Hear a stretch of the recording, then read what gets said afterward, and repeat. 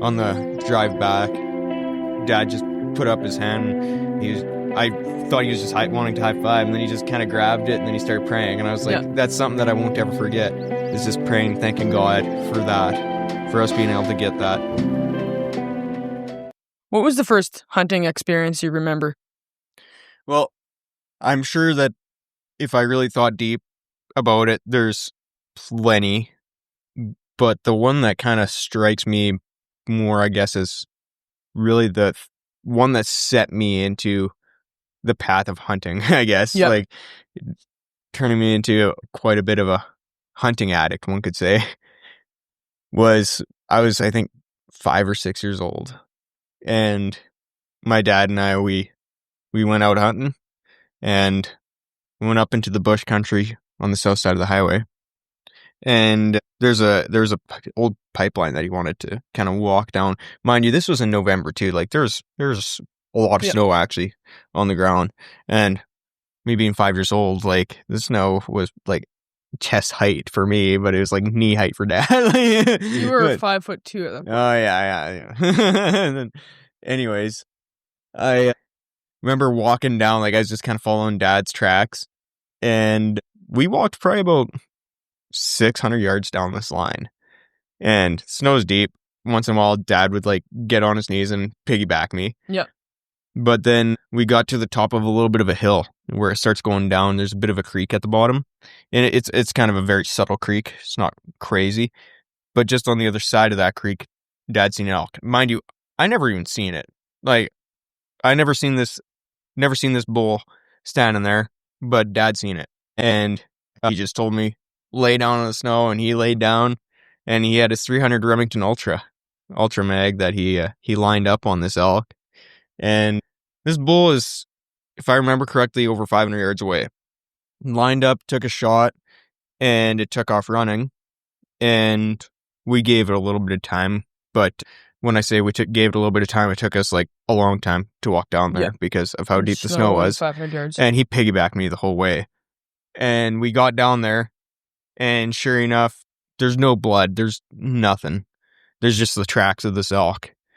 And so we start following the tracks into the bush. Still no blood, nothing, but it sounded like a hit. And at least from what my dad said, because I was young, and there's things that I just won't remember about it, but I remember walking into the bush, and then Dad's like, all right, just wait here. He's just going to walk up a little bit, and he's like, if this bull is not dead in this little bit of a dip in the bush, or there's no blood, then I didn't hit it. And he walked just out of view of me, and then I just heard him say, yeah, like he found the bull. It was dead. Yep. There never leaked a drop of blood, but yet he double lunged it. And the bullet, I don't think the bullet completely exited. I think it was actually right up along his shoulder blade. Yep. But regardless, he double lunged that bull. No blood in the snow, no nothing, but we ended up finding it. Then we ended up doing the long trek back towards where the road is. And I remember Dad calling up Grandpa Sadler, actually. Yeah. And just asking to just bring a trailer.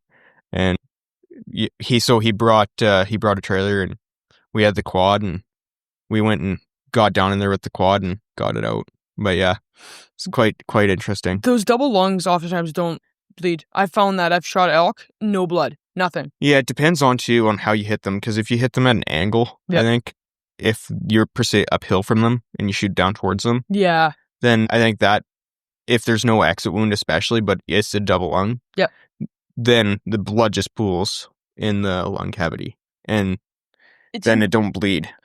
It's interesting because that was kind of a pivoting point in your life a little bit for how much you love hunting. Yes. And it was with your dad. Yeah. That's interesting. I mean, I have the same thing with Yeah. So what about you? Like, what is your first memory? Okay, so I remember we used to farm this land just west of the Baytree store, and just mule deer country, mule deer galore. I mean, where I live is just around the bend from it. And so there was mule deer, and then we had alfalfa field, and we would go out. I can't remember what Dad had. I think he had an old 1996 Ford F-250 with a IDI 7.3 diesel in it. And we would drive out in the field and just sit there and wait. because he kind of knew where they bedded down at, and he'd wait and pop a doe. And, okay, a little bit later, a little buck would pop up, and he'd wait. A little bit later, a couple more spikes or whatever, does just pop up, and then you'd wait, and the bigger one would pop up finally, and get out of the vehicle. We'd get sighted up, and bang, and he dropped. Drive up to this guy, throw him in the box. I remember me trying to help my dad load this thing, and I wasn't doing any good. I was probably 5 years old, maybe 6 at most, getting this thing loaded up, and we'd load it in the box of the truck. 5 minutes later, we were home, not whatever it was, 10 minutes. And I remember taking pictures. We have pictures of me and my dad with this thing and our old dog Sparky, old border collie. And then I think my siblings all got in on this picture. Not a bad mule deer, nothing huge or anything, but it was still a cool memory. Yeah, it's just a memory I have with my dad that I'll never forget. The first real memory of hunting I have with him. There's lots of other ones after that, but that was like the pivot point. And that wasn't even a real hunt. Like that was just like driving out in the field just to get some meat and find whatever, get the biggest buck, obviously, to be ethical. But I remember doing that, and it was really fun. But it's just interesting because you and I both have memories with our dad hunting. And that was the establishing thing, was the memories we had with dad. Yeah, and that's a really cool thing when a guy comes to think of it. And it's like, you have those memories with those men in your life, and from when you're just little up until whenever, right? Yep. But like that's kind of the driving force to the love of hunting, but it's also too, it's the love of being out in God's creation in that too, and enjoying it. And that's something for me that always clicks, is I just love being out there. Yep. And so and obviously you are huge into hunting as well. We've done lots of hunts. We've done lots of hunts together. Yep. What was the first hunt where you've taken an animal yourself? So in 2014, I just got my hunting license. Dad had 2 30-06s. He had this, I think it was a Remington, was it a 760 pump? Is that the right model? Oh, yeah, that pump. Yep. Yeah, that was that pump gun. Yeah.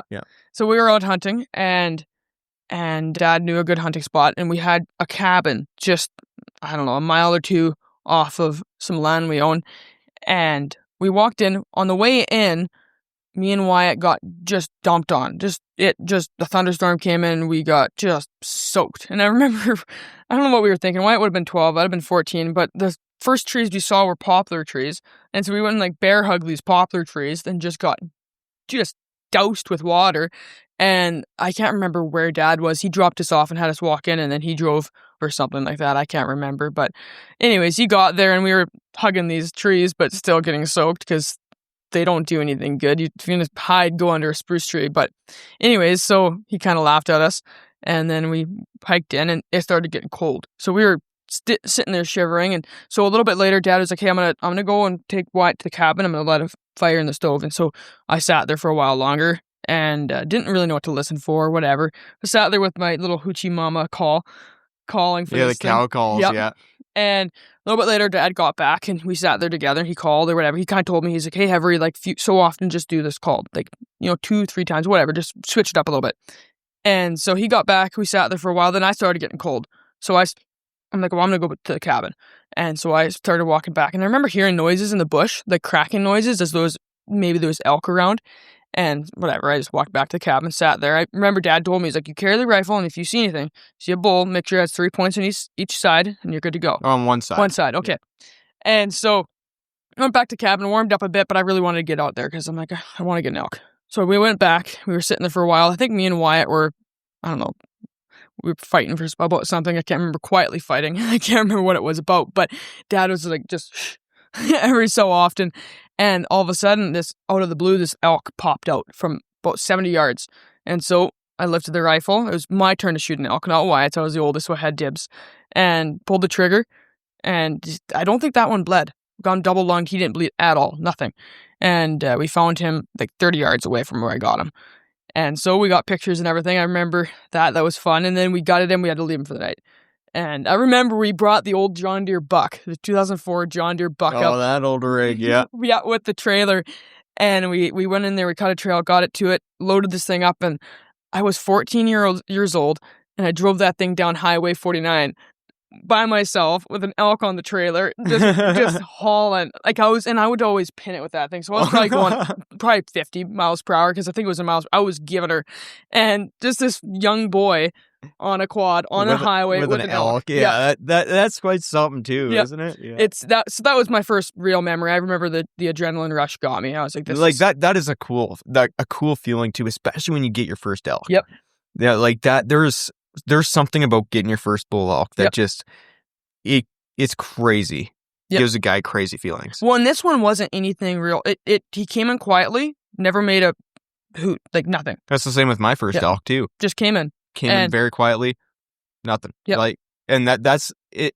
But it still gives you that crazy feeling, and because elk, they seem to be more of a creature that's mystical, I guess. Yeah. Or like they're harder to hunt too in ways too, especially around here because with the amount, especially nowadays. Yep. With the amount of hunting pressure, they live in the thickest jungle crap. Out there, like it's hard crazy. To get. Yeah. But they're just beautiful animals. You hear them bugling, just beautiful, beautiful animals. But yeah, that was a fun hunt. That was my first animal I ever took was a bull elk. I think I shot a squirrel or two before that, but that was the big game animal. Big game animals. That was it. Yeah. So, what was yours? What was your first memory you have of shooting a big game animal? So mine was a whitetail buck. It was. I was 12 years old, so this was in 2013. Yeah, I believe 2013. So you guys can figure out his age now. Yeah, he's no longer 12. I'm no longer 12, but yeah. Anyways, it was my first year hunting, like where I'm allowed to hunt myself, like, and all I had was a whitetail tag, and we were focused a lot, mostly on that season was focused on a bigger animal like a bull elk or cow elk or whoever had the tag for whatever there, right? And I just had a whitetail buck tag, so when I tag along with Dad, we're hunting elk and we see a whitetail buck, then I can shoot him.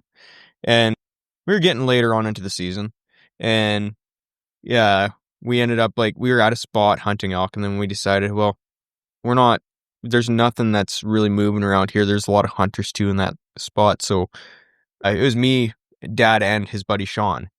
And so we decided to get back and go back to the pickup, get out of there, and we decided just to drive down the road over here, north of my place here, and just see if there's elk back there. And when we got back there, we were on the road allowance and shut off the truck, and we were glassing the field, just looking along the bush lines. And mind you, it was getting right close to legal light. Like it was, we were in the last 5 minutes, and we see that there's a deer that's standing out in the one field. There's a deer standing out there. I'm like, oh, well, look at that. Didn't know it was a buck, and we just kept looking at it. It's like, I think that's just I remember Dad and Sean, they're like, I think that's just a little buck kind of thing, like just a little one. And mind you, we're getting close to the end of the season too. Yep. And he was like, well, Frank, do you want to take your first deer? I was like, yeah, I do. Like, I was so pumped. And I mean, this deer, he was just a spiker, like just a tiny little deer. When it comes to antlers, like just a spiker buck. But I remember being so pumped. I was like, this is my first animal. I get to be a part of like contributing meat to the family. And also it's just got my adrenaline going. I was so hyped. Yep. Because I was hunting with Dad. Like most of my life I was hunting with Dad. So that was a highly anticipated moment. And so Sean, he had his 25-06 Remington, and Dad, he had a 300, I think, Remington Ultramag. Yeah. And so for shooting a deer, it's a lot better to use a 25 caliber gun. And plus the 300 Ultramag would drop me on my butt. That thing was huge. Yeah, those things are cannons, especially for kids. Yeah. But so I used Sean's 25-06, and he's like, all right, just aim dead on it.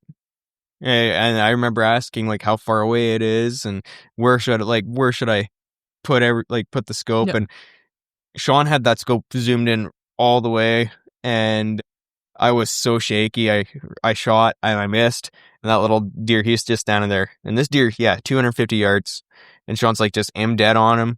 And I was like, well, now I can't find him again. And so Sean just grabbed the scope, zoomed all the way out, and he's like, do you see him now? And I was like, yeah. but now that's all the way zoomed out. Yep. It was a lot smaller target. So I just like, all right, I think I see the shoulder. Boom. That deer took off, made it about 40 yards, fell over. And yeah, it was perfect double long shot. You get to watch it fall Right too. on. Yeah. It was like right on the money. It was, Oh man, couldn't have asked for a better first that's and the story memory there. Like, and yeah, I was Memories I you was get with from that. Sean and Dad, and they hunted together a lot. And so that was quite special to me, being with those two. I mean, that's 12 years ago. It's not that long ago. I mean, it doesn't feel like that long ago. I mean, but still, it's over a decade ago, and that memory is going to be with you your whole life. Well, and that's We're just the never gonna thing. forget that. Yeah, I'll never forget that. And that was quite the moment. And I never got to really hunt much, like where I was able to hunt myself too with my dad. So Yeah. that's always going to be a Very special. very special thing for me. Yeah. Is remembering that. It's just interesting. I mean, we talked about this earlier, how influential fathers are to their sons in that respect, in all respects, but especially in that respect here. They providing for the family.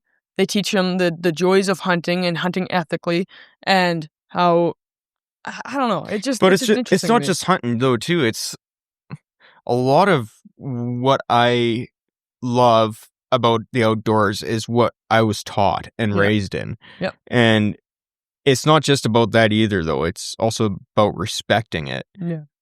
To where it's like you don't just go all willy-nilly and shoot to kill animals because you can. No, it's you respect them when you do it. Yep. You aim for the most ethical way possible. And it gives you a whole new perspective on it. Yeah. Because obviously, unfortunately, there is a lot of people out there that go and shoot animals just for the fun of it and just poach. Yeah. And they don't use it, and they don't bring glory to God in that either, doing that. And one thing that I always remember too is every animal that I was with Dad when he took, and even with my first deer, we made sure to pray. Yeah. We made sure to pray after the harvest and thank God for it. Yep. For the provision.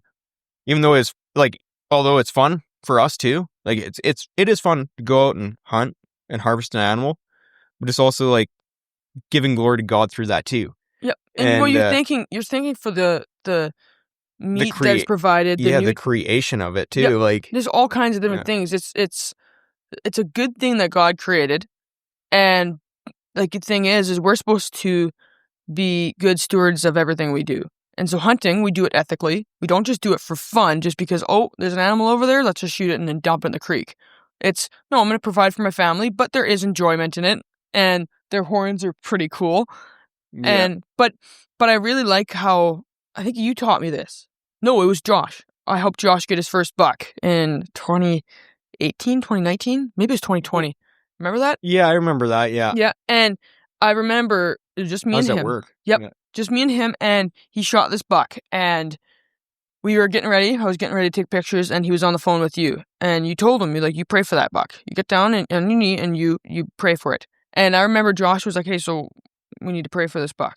I remember saying that too. Yep. Yeah. And I remember, like, Josh was quite young and stuff like that. He was kind of a little bit shy.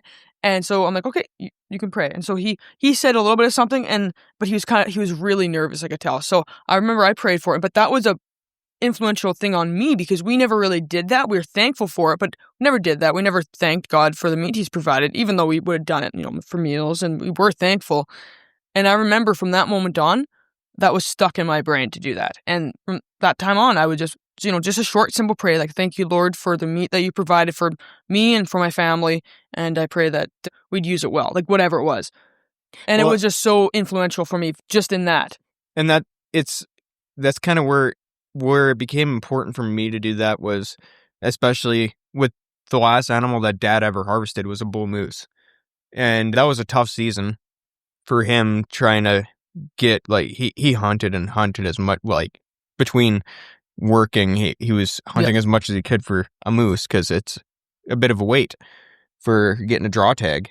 And he finally got the draw tag, and he shot at a very big bull moose, but it never worked out, never actually ended up getting it. And that moose survived throughout the end of the season, and it was still fine even into December. Yep. We've seen it. That was a giant bull moose. But we were coming up to the end of the season, and Dad just kept trying to hunt the same moose over and over again. And then, with Dad being a trucker and hauling fluids up in the hills, Yep. he was like, "Well, I know every single time I haul in here, I always see this one young bull moose crossing the road at this specific time." Yeah. It was like the most random time, like 10:06 a.m., like something like that. Yeah. And so we got up there for 9:30, and we just sat there. I remember taking a nap, and then waking up, and then the first thing I see is a marten running across the road chasing a rabbit. Dad was pointing that out. That was cool. And then, sure enough, here comes, like, we're just past 10 a.m. So it's like just past 10 a.m.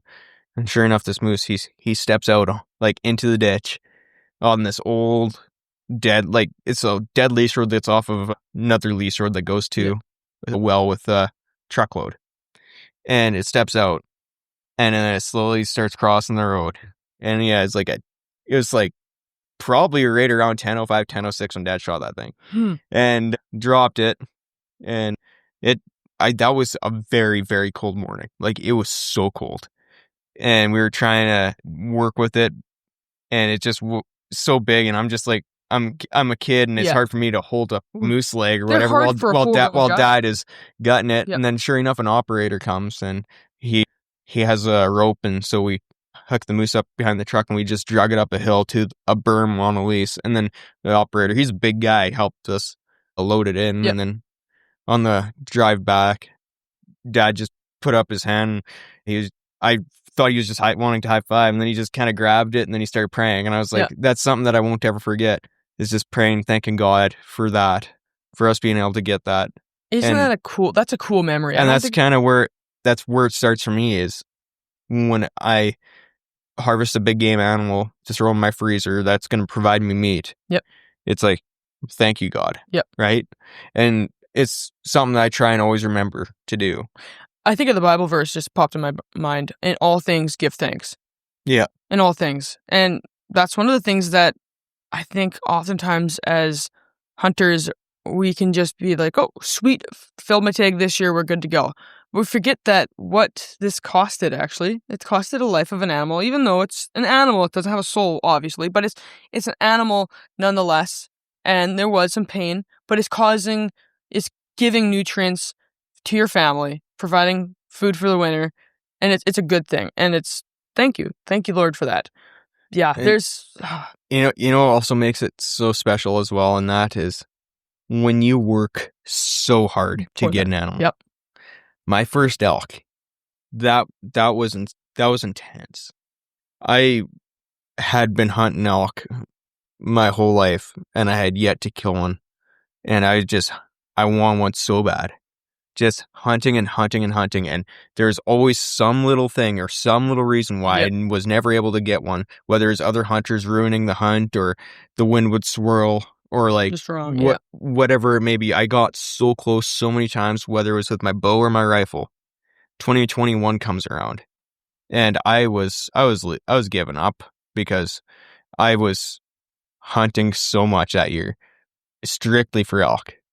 Finally, in October, a day comes around where I was walking on some mud trails in a bush, and I heard some sticks cracking. I was like, all right, well, I know there's elk in here. So I just stopped, sat on this mud trail on a little bit of a hill to where I could see both ways down it.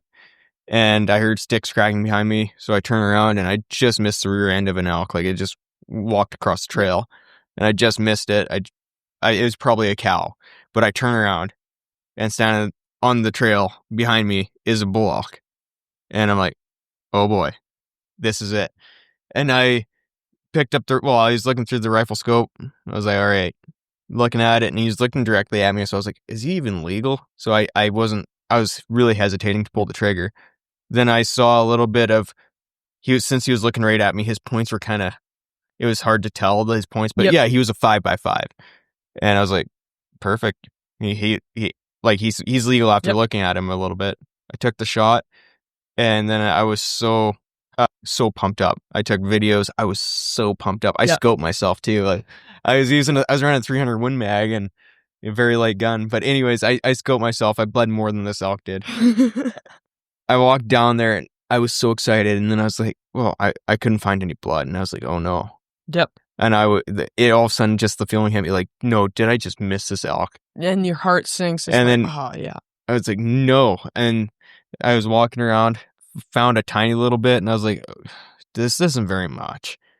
And then I was like, okay, well, you ran back down this cut line. So I walked just a tiny bit down there, and he was crashed in a willow bush. I was like, no way. Yep. I started crying. That was so awesome for me because I worked so hard to get an elk. And I started crying, and I thanked God. Yep. And it's a very special moment. Prayed. I called my mom. She came with side-by-side, and we got it out of there. And I've only killed two bulls since 2021. But it's just the love of elk now when it comes to. They're such a beautiful animal. And when I say I've gotten close in those years before I got my first bull, I gotten really close to where I had bulls screaming in my face. Yeah. But for whatever reason, whether there's a tree that's or a thick willow bush that's literally separating me and this bull elk that's 5 yards away, for whatever reason, I could never get a shot. Yeah. But I had one scream in my face so close I could feel its breath on my face. That's how close this thing was. And he was literally right on the other side of a tree that I was right behind. But you were bow hunting at the time, I was bow hunting, and so I couldn't take a shot at. The only thing that was available was his shoulder and his neck, and being a newer bow hunter, I'm not going to take that shot on an elk. I'd rather get a behind clean shot. Behind the shoulder, yeah. But just stuff like that. Yep. Those are just core memories. You'll never forget that. That's your first bull elk. You never forget that. I remember when I was 8, my dad, my older brother, and myself went up past Fort Nelson about, oh man, I don't know how many hours, but it's past Liard Hot Springs anyways, where we were at. It's a little lake, a couple miles off the highway, maybe a bit more than that, called West Lake. And it's an old U.S. military base that they set up during World War II when they were building the Alaska Highway. And so we were staying at this base. There were still old buildings and stuff that were burnt down from a forest fire that had gone through there, but they had underground bunkers in there and all kinds of stuff. There was an old airstrip. That is sweet. That is so cool. As an 8-year-old, I was like, this is awesome. Oh, I can only imagine that being exploring. What is it like that? That'd be awesome. It was also a bit scary because there was lots of grizzlies. I knew that. I was there. My dad was like, be aware, there's grizzlies and wolves. And Bigfoots. and so I didn't wander too far, but I remember we still have this axe somewhere, but we took this thing and we started trying to get into one of the bunkers. They were padlocked. And so we chipped away at that for a long time and finally got it open. And this was in probably September, October, I'd guess. It was later in the year. It was probably September because it was chilly nights, but not too bad. And we got this thing opened and it was just a bunch of water and ice down there. And so we were like, well, that was worth 2 hours of chipping away and dolling this axe. So we put it back on. And anyways, so we were up there. It was a nearby lake. I can't remember what it was called. And there was pike in it. And West Lake had trout in it. But we were moose hunting is what we were doing. And I remember following my dad around with his 30-06. And one time, I don't think I went out this morning, but Dad went out. And he only took 3 rounds with him. Only what could fit in his mag. And he had that. And he was out all day. And he got back to the camp. And my Uncle Paul, my great Uncle Paul, was just like, well, you were gone a long time. He's like, how many shots do you have with you? And his dad was talking about all the stories. Like, I seen some fresh grizzly tracks and all kinds of things. He's like, oh, how many shots you have? And Dad's like, 3. He's like, you're crazy. Like, that's... Yeah, in grizzly country, you want to, especially when you're walking in deep bush, I always hear it say now, especially now. Back then, I don't know if they really taught it much back then, but always make sure you have quite a lot of rounds because if you get lost, the 3 shots... That's a signal. Quick. That's a signal to all hunters that somebody's in trouble, somebody needs help, or whatever, right? But somebody is needed. Yeah. No, and you need those. So you're going to use those 3 shots either to save yourself from a bear or save yourself from being lost and starving to death, and then being eaten by a bear later on. Yeah. And so that's just something I've heard now, especially in the recent. I don't know if it, like I said, I don't know if it was taught much back then. Quite a few years. But Dad's a farmer, right? But as a farm boy, especially, it's like I know I've done that before too, where I just take off into the bush. Yeah. I always even for just hunting on my private property, I always have a few extra in my pocket. Just because I'm like, well, if something happens, who knows what Better could safe happen. than sorry. Exactly. But so we were hunting up there. I remember my uncle got a pike, and it was huge. There was not my little, I shouldn't say, but my little cousin, she would have been like maybe 3 or 4 at the time. I don't know, probably 4. She might have been older than that, actually. Anyways, whatever it was, this pike was taller than she was. Like, huge pike. And Oh man, it was just awesome. So I got a big trout. I got the biggest one. Is she my cousin too? Yep. Oh yeah. Okay. Sadly. Yeah. And Right. so I won't name drop because I haven't talked to her since I was like 8. So, anyways, but we ended up not getting any moose because that's what we were doing there. So we went down to to Toad River, and we were hunting there. And my dad shot a bull elk, and it crossed the rushing river. And so they had to swim across it to tie onto this thing to bring it across. Dad couldn't do it. He's not a very big guy. His cousin couldn't do it. And so Uncle Paul, who would have been probably 50-something at the time, he was a bigger guy, and he managed to do it, just barely. But by the time he got across, he was way down the river, because that river is moving. And so he got across, tied it off, and I think he used the rope to get across the time. And they drug this thing across, and that would be quite the adventure, though. They mag dumped that thing because it wouldn't go down. Because I think Dad let the other guy have it, and he missed it, and so Dad shot it. And then it didn't go down, so then the other guy shot it again, and then Dad shot it again, and it still went across. Elk are tough. Yeah, it literally went across and died. And that's the thing about elk is I don't think I've had a bull elk that wouldn't have died on the first shot that I've taken. But I've seen elk soak up 4 rounds into the lungs, and all 4 are hitting in the lungs. They just absorb it. They, depending on the amount of adrenaline they have at the time, they can go for miles. Yeah. Like, it is intense on how tough these things are. Those things, they can run. They can go quick even when they don't have the adrenaline. I know Dad has this story years ago. He shot a bull elk, and he did a frontal shot on this thing.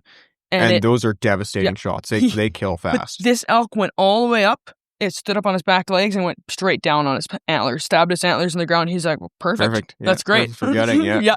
It got up and ran a mile and jumped into a thicket. The worst possible spot to get it out of. Yeah, of course it did. And I know Grandpa has a story about that with a moose, but it died just right. I think that, which is great. But yeah, so there's so many of these memories. Like, we could keep going all night about these memories. They're so good. Oh, guaranteed. But fishing, I wanted to talk a little bit about fishing because we got going on that. Oh yeah, we got going on that a little earlier. I haven't done as much fishing as I want to. Well, we should this summer. We should do some fishing. I mean, we got the Peace River. We've got a few lakes around that we can go and check out. People's dugouts. We got some random farm dugouts out and about where there's fish in there, and I know of some monster trout. Yeah. In a coworker's dugout. We got to go fish that. And he said that we could. Yeah. So I just do it anyways. I know. Shout out Wentz. Yeah. Now he knows we're gonna do it. Yeah. But what does he have in there? That blonde trout? Yeah, they're blonde trout. Yeah. Yeah, those things were big last year. They broke my line a couple times. Yeah. Well, they broke. What was I running? I think I was running 20-pound test. Yeah. And I had one of these stinging 5-pound trout break the line, and now this year they're like 7 pounds. Yeah. They're huge. They were fighters. I remember I caught one, and I thought it was big. It was a good size. It was a big fish. It was a big trout. A giant trout. You don't get trout that big. No, and he was just like, you could get a bigger one than that. Because he was like, hey, you guys each catch one, you can take them home. And so I caught one right away, pretty soon after. And he's like, I think you could get bigger than that. He's like, if you want to, you can take it. But I was like, okay, well, I'm going to get a bigger one. So we set it free and fished for like an hour after that, before dark. And broke a line, a couple lines. Oh, yeah, we broke a couple lines, yeah. And I think I caught one. Yeah, did you that night? I don't know. Oh, I caught one, and I was about to pull it onto the shore, and then it busted the line. Right. I remember the first time I ever cast a line in that dugout. Instantly, as soon as that lure hit the water, I had a fish on. Yep. The first ever cast. And I was like, what? No way.